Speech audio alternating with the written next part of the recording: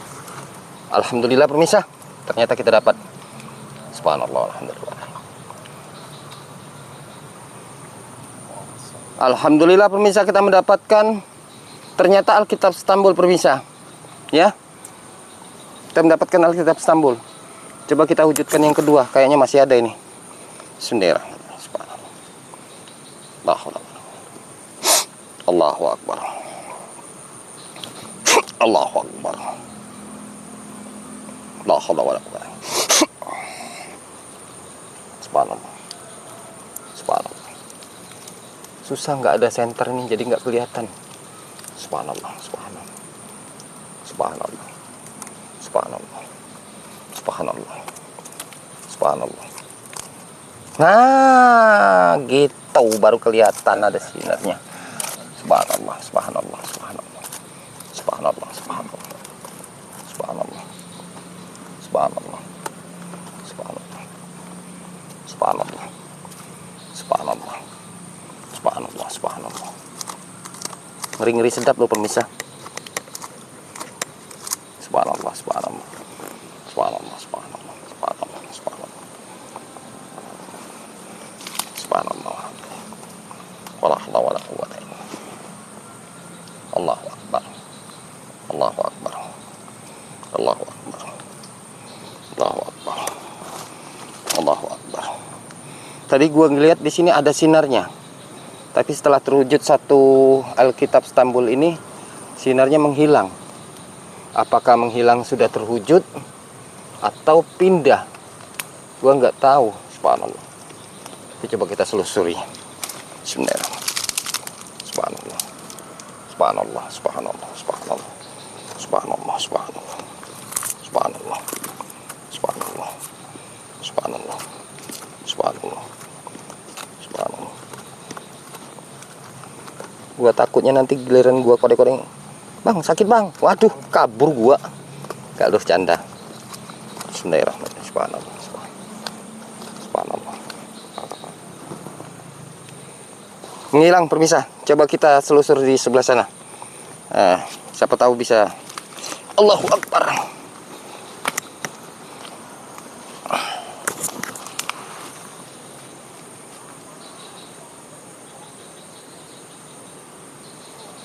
Sinarnya ada di sini ya pemirsa. Sinarnya ada di sini. Coba nanti kita wujudkan ya. Kita baru mendapatkan satu Alkitab Istanbul. Ini kita bersihkan aja dulu.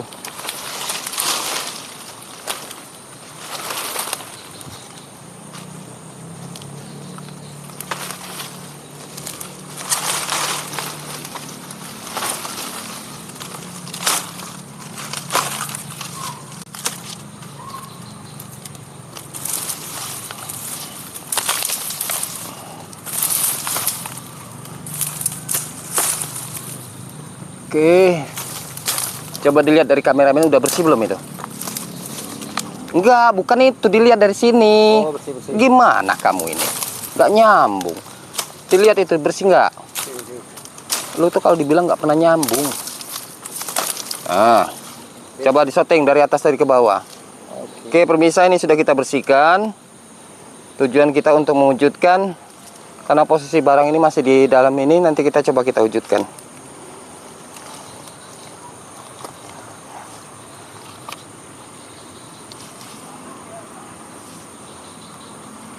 Ini Alkitab Istanbulnya kita taruh di sini dulu ya pemirsa. Sengaja kita pancing untuk mewujudkannya.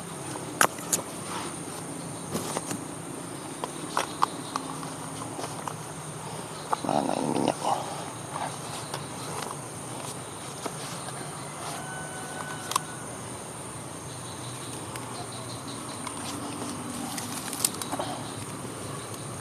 Auzubillahi minasyaitonirrajim. Bismillahirrahmanirrahim. Subhanallah walhamdulillah wala ilaha illallah. La haula wala quwwata illa billah. Allahu akbar. Allahu akbar. Allahu akbar. La haula wala quwwata illa billah. Subhanallah walhamdulillah. Wala haula wala quwwata. Subhanallah. Subhanallah, subhanallah, subhanallah, subhanallah. Subhanallah, subhanallah, subhanallah, subhanallah. Subhanallah, subhanallah. Subhanallah. Auzubillahi minasyaitonir rajim. Bismillahirrahmanirrahim. Asyhadu an la ilaha illallah.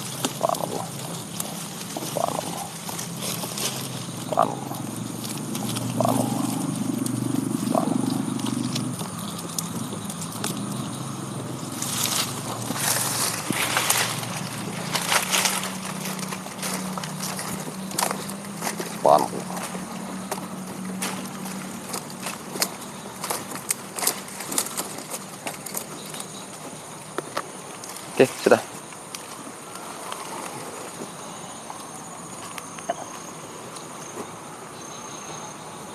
Oke pemirsa, alhamdulillah hari ini kita mendapatkan, rencana kita mau kita ambil semua pemirsa benda pusakanya, tetapi berkemungkinan jodoh rezeki hari ini mungkin kita diberikan oleh Allah cuma mendapatkan yaitu 3 benda pusaka. Tapi pada dasarnya saya melihat di sini ada 4 sinar. Di sini ada 2 sinar, di sini ada 3 sinar. Berkemungkinan kalau melihat dari unsur sinarnya melebihi dari 5 benda pusaka yang akan kita wujudkan. Ternyata kita sudah berusaha mewujudkan benda pusaka ada 5 atau 7 benda pusaka. Yang kita dapatkan bisa terwujud dan nyata cuma 3. Yang pertama kita mendapatkan Alkitab Istanbul. Yang kedua kita mendapatkan batu kecombong warna putih. Yang ketiga kita mendapatkan batu kecombong warna kuning. Ya, ini semuanya kecombong loh pemirsa. Nih, coba kita ungkap dulu isinya dari sosok batu kecombong dulu.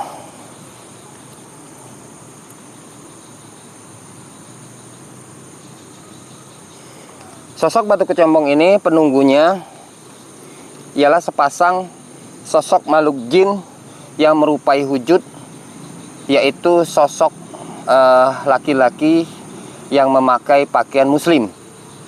Yang laki-laki dia memakai pakaian muslim, seperti mana dia memakai games atau memakai seperti pakaian-pakaian para wali. Dan yang perempuannya, kita melihat sosok perempuan ini, kalau wujud palsunya dia memakai pakaian hijab. Seperti mana umat Islam, seorang perempuan dia memakai hijab dan cadar, ya, tujuan semata-mata dia untuk menutupin kebohongannya atau wujud aslinya. Tetapi kalau wujud aslinya tidak lain dan tidak bukan ialah sosok makhluk jin yang merupai wujud aslinya ada kesamaan dengan sejenis makhluk hewan, ya. Tetapi kita lihat sosok makhluk jin ini, dia memang benar-benar diciptakan oleh Allah, mempunyai pasangan, yaitu mempunyai karunia anak dan keturunan. Jadi sosok benda yang ada di dalam sosok makhluk yang ada di dalam benda pusaka ini, dia bersarang di sini memang sengaja, tujuannya tidak bisa terpisahkan, karena ini memang sosok pasangan layaknya seperti suami istri. Dan setiap makhluk ini, baik laki-laki dan perempuan, itu ada perbedaan kelebihannya. Sosok laki-lakinya ini kelebihannya bisa untuk menjaga badan, bisa juga untuk di bidang pengobatan, bisa juga untuk di sisi dari segi hal-hal yang bersifat mengusir sosok makhluk jin. Tetapi bukan sosok makhluk jin ini yang mengusirnya, tetapi dia memberitahu seperti amalan-amalan atau ayat-ayat yang tersembunyi, diberitahukan kepada pemiliknya, dan pemiliknya itu yang akan membacakan amalan tersebut untuk mengusir sosok makhluk jin atau sihir. Ini dari sosok laki-lakinya. Kalau dari sosok perempuannya, ini kelebihannya dulu digunakan juga bisa untuk melancarkan haid, melancarkan untuk seperti persalinan. Seperti mana kalau orang zaman dulu dukun beranak, bisa juga seperti itu. Bisa juga kelebihannya untuk meningkatkan orang yang memegangnya itu menjadi lebih wibawa atau awet muda. Dan bisa juga untuk di bidang usaha. Alhamdulillah kita sudah ungkap semuanya isi sosok makhluk ini. Dan isi sosok makhluk ini tidak lain dan tidak bukan ialah sosok makhluk jin. Jadi saya jelaskan isi sosok makhluk jin ini, saya ungkapkan ini secara mendetil agar kita supaya mengetahui bahwa semua kelebihan yang ada di sini bukan kelebihan dari Allah, tetapi dari sosok makhluk jin yang bersarang ada di dalam tubuh, di dalam benda pusaka ini. Jadi kalau untuk zaman dulu dia menggunakannya, berkemungkinan kalau dia bukan beragama Islam, dia tidak akan dilarang. Tetapi kita sebagai umat Islam, terutama yang sekarang ini di akhir zaman, barang-barang yang seperti ini kalau kita gunakan meminta selain daripada Allah, itu sama aja musyrik atau menyimpang dari syariat Islam. Jadi saya jelaskan ini, barang-barang yang seperti ini kalau kita meminta itu jelas salah. Tetapi kalau kita menggunakan hanya untuk sebagai hobi dan untuk hias tangan, Islam tidak pernah melarang. Jadi maka dari situ saya jelaskan ini secara mendetail. Dan yang ketiga, kita mendapatkan Alkitab Stambul permisah. Alhamdulillah kita mendapatkan Alkitab Stambul. Ini kita jelaskan Alkitab Stambul, mungkin berkemungkinan panjangnya sekitar 4 atau 5 meter. Coba dipegang kameramen. Kita tarik ya. Bismillahirrahmanirrahim. Pelan-pelan. Subhanallah, subhanallah. Kameramen, kameranya dilihat. Subhanallah, subhanallah, subhanallah, subhanallah. Subhanallah, subhanallah. Subhanallah, subhanallah. Subhanallah, subhanallah. Subhanallah. Oke, pemirsa, panjang Alkitab Stambul ini kurang lebih sekitar 4 meter. 5 meter ya. Ternyata 5 meter ini pemirsa Alkitab Stambul. Jadi Alkitab Stambul ini saya jelaskan, barang Alkitab Stambul ini dibuat tidak ada unsur sosok makhluk jinnya ya pemirsa. Semuanya ini didasarkan kekuatan itu ada, semuanya itu kunci dan dasarnya dari ayat Al-Quran yang dibuat oleh orang-orang terdahulu atau seperti tokoh agama atau sosok para ulama ya. Dan dalam satu ayat tersebut, satu lembar ayat tersebut itu banyak sekali mengandung unsur makna, baik dari kelebihan maupun dari ayat yang dibuat. Karena Alkitab Stambul ini sengaja dibuat, diambil dari ayat Alkitab Al-Quran. Tetapi di dalam ayat Kitab Al-Quran itu diambil, tidak semua ayat yang akan diambil dimasukkan kepada Alkitab Stambul ini. Tetapi tokoh agama ini dia mengambil ayat di dalam Al-Quran ini, mengambil intinya aja. Karena dia membuat ini, Alkitab Stambul ini diambil intinya, ada kelebihannya untuk mengusir sosok makhluk jin satu lembar. Ada juga kelebihannya juga untuk menjaga rumah. Ada juga ayat tersebut yang dibuat satu lembar ini untuk menenangkan pikiran orang. Karena orang itu terkadang pikirannya nggak tenang, gelisah ya, terus suka marah-marah. Terkadang itu disebabkan dari unsur sihir atau makhluk jin yang mengganggu pikiran manusia. Nah ini ada juga yang dibuat seperti itu ya. Ada juga yang dibuat dalam satu ayat tersebut ini digunakan untuk kekebalan. Ada juga yang dibuat satu lembar ayat tersebut ini digunakan untuk menjauhi dari sosok binatang buas atau orang-orang yang mempunyai niat jahat. Jadi saya jelaskan ini kepada pemirsa, Alkitab Stambul ini semakin panjang ayatnya dan kitabnya, semakin banyak manfaat dan kelebihannya. Jadi setiap satu lembar ayat tersebut ini banyak sekali mengandung unsur makna. Dan Alkitab Stambul ini sengaja dibuat, diambil dari Al-Quran. Tetapi dia mengambilnya tidak seperti Al-Quran menyusun dari awal sampai akhir. Karena Al-Quran itu turun, dibaca ya, Iqra, arti Iqra itu dibaca. Dibaca tujuan agar supaya kita bisa mengetahui untuk apa hidup ini dan hidup ini untuk apa. Tetapi kalau Alkitab Stambul ini dibuat bukan untuk Iqra. Arti Iqra itu dibaca bukan, tetapi untuk digunakan di zaman perang. Karena di zaman dulu banyak sekali menggunakan tokoh-tokoh agama atau orang-orang terdahulu menggunakan benda-benda seperti ini. Karena kenapa? Karena di zaman dulu tidak seperti sama dengan di zaman sekarang. Kalau di zaman sekarang nggak ada lagi penjajahan ya. Ada masih penjajahan, tetapi penjajahannya nggak seperti zaman dulu. Kalau zaman dulu penjajahannya bisa dari Belanda, bisa dari kerajaan lain. Nah, orang-orang terdahulu menggunakan benda ini untuk melindungi dirinya dan masyarakat dan kerajaannya. Ini kita jelaskan. Tapi kalau zaman sekarang, benda yang seperti ini tidak pantas lagi kita gunakan. Tetapi untuk mengungkap sejarahnya, agar supaya kita tahu orang-orang terdahulu gimana cara berjuang dan mempertahankan wilayah dan kerajaannya, Nah, disinilah kita ungkap agar supaya masyarakat bisa mengetahui, ya. Tetapi kalau untuk di zaman sekarang masih juga dijajah, tetapi dijajah ekonomi, ya. Itu ekonomi inilah yang terkadang menjajah diri kita yang tidak bisa mampu, ya. Terkadang iman bisa goyang, ya. Nafsu juga bisa berubah, ya. Jikalau orang digoda dan dijajah ekonominya susah, ya, dia akan stres. Dia akan mencari sejenis apapun yang menganggap diri dia bisa terbukti dan bisa berhasil. Dia nggak peduli mau haram atau tidak. Nah, itu penjajahan yang paling berbahaya seperti itu. Nah, yang paling berbahaya lagi jikalau orang dijajah dengan harta yang berlipat ganda, berlebihan, ya. Kalau orang yang dijajah harta yang berlipat ganda dan berlebihan, disitulah terkadang dia segala sesuatu dihalalkan, melakukan perbuatan maksiat, zina.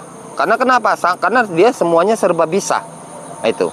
Nah, maka dari situ saya jelaskan ini kepada masyarakat.